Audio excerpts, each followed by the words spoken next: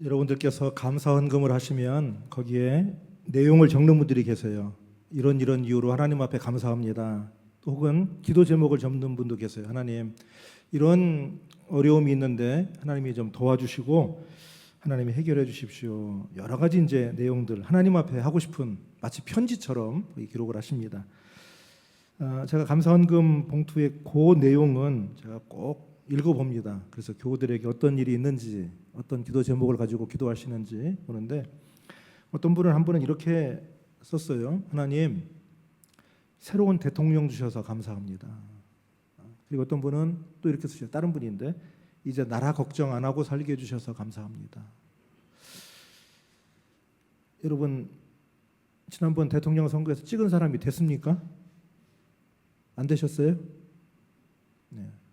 여러분들이 제가 이걸 물어보니까 벌써 좀 긴장하시는데, 오늘은 좀 조심스러운 얘기를 하려고 합니다. 굉장히 민감한 얘기이기도 합니다. 제가 오늘 조심스럽고 민감한 얘기를 하려는 이유는 성경이 그 말씀을 하고 있기 때문입니다. 오늘 로마서 13장 1절 말씀에 보면 각 사람은 위에 있는 권세들에게 복종하라. 각 사람은 위에 있는 권세들에게 복종하라. 권세는 하나님으로부터 나지 않음이 없나니 모든 권세는 다 하나님께서 정하신 바다. 이 권세라고 하는 건 권력을 말합니다. 권력. 리더십. 어떤 모임의 리더십. 한 나라의 국가를 이끌어가는 권력. 근데 특별히 오늘 로마서 13장에서 여기서 권세는 세상 권세, 나라를 이끌어가는 권력. 근데 뭐라고 얘기하냐면 각 사람은 위에 있는 권세들에게 복종하라. 권세는 하나님으로부터 나지 않음이 없다. 모든 권세는 다 하나님께서 정하신 바다. 동의하십니까? 내가 원하지 않는데 저 대통령, 저 리더십 내가 원치 않는데. 1970년대에 우리나라에 좀 대통령이 독재를 한 때가 있었죠. 그때 이제 교회 가운데 이 지금 시대가 잘못 가고 있다. 그러면서 민주주의를 해야 된다 하고 외친 교회들이 있었습니다. 우리 한국 기독교 장로회에 그런 교회들이 특히 더 많았습니다. 근데 그 당시에 아주 유명한 국무총리께서 목회자들이 모여있는 모임에 오셔서 얘기를 하면서 로마서 13장을 읽었어요. 13장 1절부터 몇 절 읽었겠죠. 그러면서 여기 보십시오, 목사님들. 각 사람은 위에 있는 권세들에게 복종하라고 했는데 왜 목사님들은 자꾸 사사건건 반대합니까? 아니, 지금 성경에 지금 이렇게 나와 있는데 권세는 하나님으로부터 나지 않은 것이 없고 모든 권세는 다 하나님께 정하신 바니까 복종하라고 했는데 왜 안 따르고 자꾸 입 바른 소리 하고 딴 소리 합니까? 그렇게 말을 한 적이 있어요. 그러니까 항상 성경은요, 끝까지 읽어봐야 돼요. 끝까지. 정확히 읽어야 돼요. 하나님께서 모든 권세, 조그만 모임의 리더십도, 조그만 모임의 회장도, 또 한 나라를 이끌어가는 권력도 하나님이 정하셔야 세워진다. 그게 성경의 기본적인 말씀이에요. 하나님이 정하셔야 세워진다. 그런데 여기에서 끝나는 게 아니라, 이 권력과 리더십을 갖고 있는 사람들은 어떤 역할을 해야 되느냐, 그 얘기를 성경이 하고 있습니다. 4절입니다. 그는 하나님의 사역자가 되어 너에게 선을 베푸는 자니라. 그러나 내가 악을 행하거든 두려워하라. 그가 공연히 칼을 가지지 아니하였으니 곧 하나님의 사역자가 되어 악을 행하는 자에게 진노하심을 따라 보응하는 자니라. 권력을 왜 주셨냐? 하나님의 대리자가 되어서 하나님의 사역자라겠어요. 사역자. 하나님의 일을 하라는 거예요. 그 권력을 가지고 하나님의 뜻을 펼치라는 거예요. 그는 하나님의 사역자가 되어 내게 선을 베푸는 자니라. 그러나 내가 악을 행하거든 두려워하라. 그가 공연히 칼을 가지지 아니하였다. 곧 하나님의 사역자가 되어 악을 행하는 자에게 진노하심을 따라 보응하는 자다. 자, 우리가 지금 로마서 1장부터 12장까지 쭉 해온 이야기를 간략하게 정리하자고 할 것 같으면 믿음으로 구원받는다는 얘기를 하고 율법의 행위로 구원받지 않는다. 그리고 율법의 대표적인 행위라고 할 수 있는 할례 받는 그 할례를 이 이방인들도 받아야 된다고 그러는 사람들이 있는데, 아니 그게 아니라 하나님의 말씀을 따라야 산다. 왜 그러냐? 예수 그리스도께서 십자가에 죽으시고 부활하심으로 우리에게 새로운 구원의 길을 여셨기 때문이다. 그리고 이 구원의 길은 유대인뿐만 아니라 모든 이방인들에게 열려 있는데, 그 길은 율법을 행하는 것이 아니라 예수 그리스도를 믿는 믿음이다. 그 이야기를 했는데 갑자기 13장에서 권력에 대한 얘기를 하고 있어요. 아주 민감한 얘기죠. 이 사도 바울이 지금 이 로마서 13장을 이야기하는 배경은 뭐냐면, 예수 믿는 사람들이 예수 그리스도를 믿는 믿음으로 구원받으니까 이제는 세상은 세상대로 돌아가게 내버려 두고 우리는 우리대로 믿음대로 살자.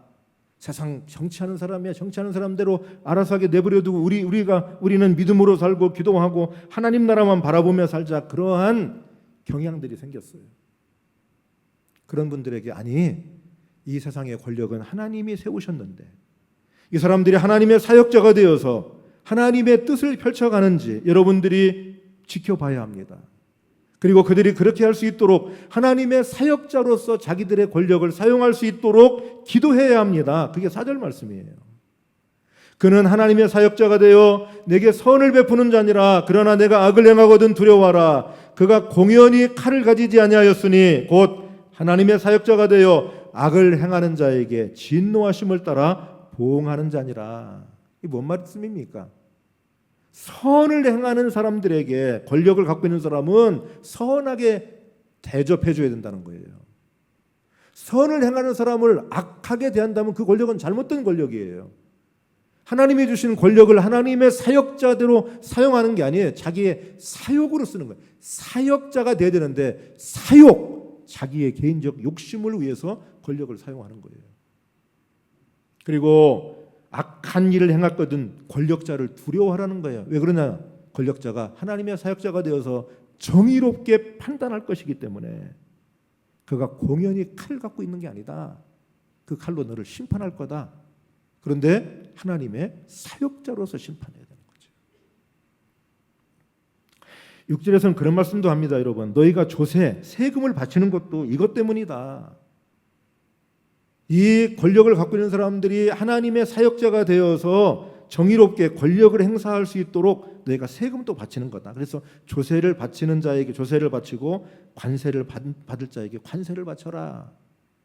지금 우리나라가 그저께 관세, 미국하고 이 관세 협상을 했잖아요. 지금 세계가 지금 미국하고 관세 협상하느라고 정신이 없지 않습니까? 근데 참 그 미국은 대단한 나라예요. 그냥 관세도 대통령 말 한마디로 몇 프로 결정을 하는 모양이에요. 대통령이 기분 나쁘면 높게 때리고 기분이 좋으면 좀 낮춰주고 좀 이해가 잘 안 돼요. 어떻게 하는 건지. 오늘 여기 7절 말씀에 여러분 결론적으로 이렇게 이야기합니다. 두려워할 자를 두려워하며 존경할 자를 존경해라. 모든 권력은 하나님으로부터 시작됐다. 그런데 그 권력이 하나님의 사역자가 되어서 선한 일을 하는 사람에게는 선한 방향으로 대응하는 권력이 하나님의 사역자가 권력이다. 그런데 선한 일을 하는 사람을 악하게 칼로 대접한다면 그건 잘못된 권력이라는 거예요.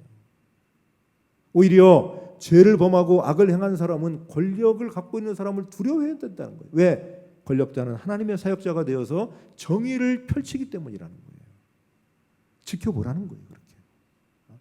출발은 하나님이 세우신 권력으로 출발했는데 그것이 하나님을 떠나서 사욕을 채우는 권력이 됐는지 아니면 하나님의 사역을 감당하는 권력이 됐는지 지켜보라고 오늘 로마서가 얘기하고 있는 거예요. 우리 예수 믿는 사람은 세상은 알 바 아니야. 그게 아니라 하나님이 지으신 이 세상도 하나님의 뜻대로 가도록 지켜보고 기도해야 되는 사명을 하나님께서 우리에게 주셨어요. 시편에 보면 이런 말씀을 합니다. 시편 2편입니다. 2편 10절. 시편 2편 10절 읽어보겠습니다. 시작. 그런즉 군왕들아 너희는 지혜를 얻으며 세상의 재판관들아 너희는 교훈을 받을지어다. 세상의 군왕들아 너희는 지혜를 얻고 세상의 재판관들아 너희는 교훈을 받을지어다. 시편은 150편까지 있습니다. 근데 제1편은 시편의 서론입니다. 2편부터 본격적으로 시작합니다. 시편이. 그 본격적으로 시작하는 2편의 시작이 세상의 권력자들을 향한 경고의 말씀으로 시작하신다는 거예요. 하나님이 너희들에게 권력을 줬는데 왜 하나님의 뜻을 버리고 너희의 일들을 획책하는가? 왜 세상을 어지럽히는가? 하나님이 비웃으신다. 시편 2편 3절 이렇게 말합니다. 우리가 그들의 맨 것을 끊고 그의 결박을 벗어버리지 않은도다. 4절에서 하늘에 계신 이가 웃으시며 주께서 그들을 비웃으시리로다. 권력이, 리더십이 하나님이 세우셔서 하나님의 사역자로서 기능을 해야 돼요. 근데 그러지 않고 사욕을 채우면 하나님이 비웃으신다는 거예요. 그 권력을 무너뜨리시겠다는 거예요. 어쩌면 로마서 13장의 배경은 권력과 세상 일에 대한 무관심에 대해서 그렇게 할 일이 아니다. 하나님의 뜻대로 이 세상이 세워지도록 관심을 가져야 된다. 촉구하는 그런 의미가 있습니다. 근데 오늘 우리 사회는 정치 과잉이에요, 사실은. 로마서 13장의 배경하고는 좀 달라요. 그래서 정치가 과잉이에요. 그래서 사람들마다 젊은 사람이든 또 연세가 드신 분이든 또 많이 연세가 드신 분들도 정치에 다 관심이 많으셔. 산에 가보면은 산에 운동하러 오신 분들, 연세 많은 분들도 다 휴대폰으로 크게 들었는데 보면은 다 정치 얘기를 다 듣고 있어요. 진보적이든 보수적이든 하여튼 뭐 다 그걸 보시고 다 그렇게. 우린 정치 과잉이에요. 심지어는 교회 강단 안에까지 정치가 들어와가지고 아무개는 어떻고 아무개가 하면 어떻게 생기고 아무개는 절대 안 되고 아무개를 해야 되고 정치 과잉이에요. 여러분 어떻게 생각하세요? 만약에 강단에서 아무개는 되고 아무개는 안 되고 그런다면 무슨 일이 벌어질까요? 같은 생각을 가진 사람들만 모일 겁니다. 같은 생각을 가진 사람들만. 그러면 이미 그건 교회가 아니라 교회의 송곳성을 잃어버린 거예요. 정치화된 거예요, 교회가. 정치 얘기한다고 해서 교회가 정치화되는 게 아니에요. 하나님의 정의와 평화를 이야기할 수 있어야 돼요. 그리고 하나님의 뜻을 펼쳐가도록 촉구해야 돼요. 어떠한 권력이 되었던 교회는 하나님의 말씀에 의지해서 하나님이 세우신 권력인데 하나님의 뜻대로 가야지 사욕으로 가면 되지 않는다. 선포하고 외쳐야 돼. 우리는 정치 과잉의 시대를 살아가고 있어요. 그래서 우리 교회에서도 서로 다른 정치적인 입장을 갖고 있는 분들이 우리 교회 안에는 다 모여들어야 돼요. 서로 생각이 다른 분들도 교회 안에 모여들어야 돼요. 그래서 하나의 교회를 이루어가야 돼요. 우리는 정치 집단이 아닙니다. 교회입니다. 세상에 대한 판단이 다를 수 있고 또 세상에 대한 평가가 다를 수 있어요. 그러나 우리는 딱 하나 같은 것은 예수 그리스도를 믿는다는 믿음으로 하나가 되기를 축원합니다. 그 우리 교회를 이루기를 바랍니다. 오늘 말씀하신 것처럼 하나님으로부터 세워진 권력이 하나님의 뜻대로 갈 수 있도록, 그래서 두려워할 자를 두려워하고 존경할 자를 존경하는 믿음이 우리에게도 있기를 바랍니다. 오늘 본문 마지막 절에서 14절에서 오직 주 예수 그리스도를 옷 입고 정욕을 위하여 육신의 일을 도모하지 말라. 우리가 예수 그리스도를 믿으면서도 육신의 일을 도모하면 이 세상의 정치가 되었든 아니면 우리의 삶이 되었든 그것이 자기 중심으로 주장하고 자기 중심으로 모든 것을 이루어가려고 그래요. 바울은 말이죠, 오늘 이 세상의 권력에 대한 이야기를 하면서 8절에서 이런 말씀을 우리에게 들려줍니다. 피차 사랑의 빛 외에는 아무에게든지 아무 빛도 지지 말라. 남을 사랑하는 자는 율법을 다 이루었느니라. 그러면서 십계명에 나온 얘기를 합니다. 간음하지 마라, 살인하지 말아라, 도둑질하지 말아라, 탐내지 말아라. 이게 다 십계명에 있는 내용들 아닙니까? 십계명에 나온 계명들 아닙니까? 이 계명들을 이야기하면서 이게 율법의 핵심적인 내용들인데 이 계명을 지킬 수 있는 것은 이웃을 내 자신과 같이 사랑하라고 하시는 말씀, 그 말씀 가운데 이 계명들이 다 들어있다는 거예요.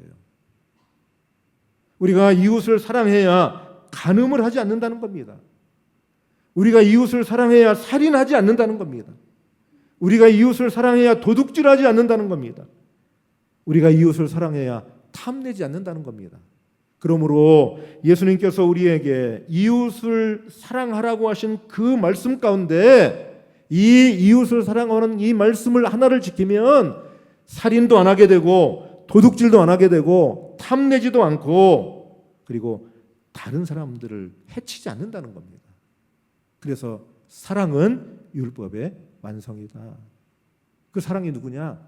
예수 그리스도시라는 거예요. 그분으로 옷 입으라는 거예요. 예수 그리스도로 옷 입으면 율법을 완성할 수 있다고 말씀하는 겁니다. 그러므로 우리로 하여금 사랑의 빛 외에는 아무것도 지지 말래요. 우리가 살다 보면 누구한테 뭘 빌릴 때가 있어요.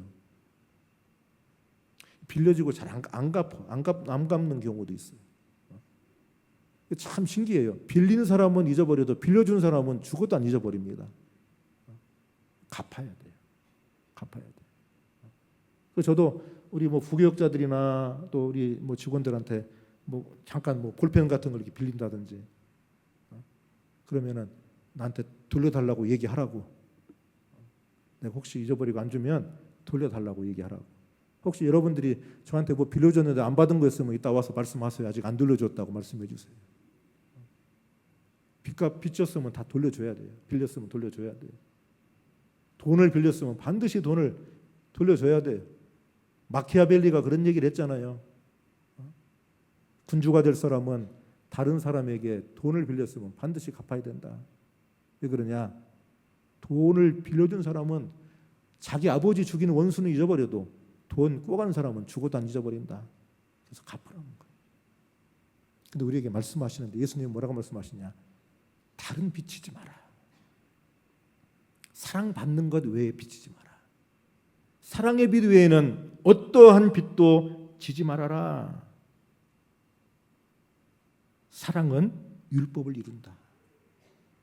우리가 예수 그리스도를 옷 입을 때 여러분 다른 계명들도 완성하게 지켜질 줄로 믿습니다. 그 주님 말씀하시는 거예요. 예수 그리스도라는 옷을 입어라. 그리고 그분이 다시 오신다고 했으니 그분을 기다려라. 그분을 옷 입고 그분을 기다려라. 그러면 방탕하거나 술 취하지 않고 음란하거나 호색하지 않고 다투거나 시기하지 않고 그분을 기다릴 수 있다. 단정한 삶을 살 수 있다. 여러분과 저에게 예수 그리스도가 옷 입혀지기를 바랍니다. 예수 그리스도를 옷 입고 살아갈 적에 이 세상의 권력을 갖고 있는 사람도 하나님의 뜻대로 하나님의 사역자로 그 권력을 사용할 수 있습니다. 뿐만 아니라 우리는 세워진 권력이 하나님의 뜻을 이루는 하나님의 사역자로 기능하도록 기도해 줘야 돼요. 그리고 그들을 지켜봐야 돼요. 그게 로마서 13장의 말씀이에요. 예수 그리스도로 옷 입고 예수 그리스도께서 허락하신 사랑을 베푸는 성도들이 될 줄로 믿습니다. 아멘.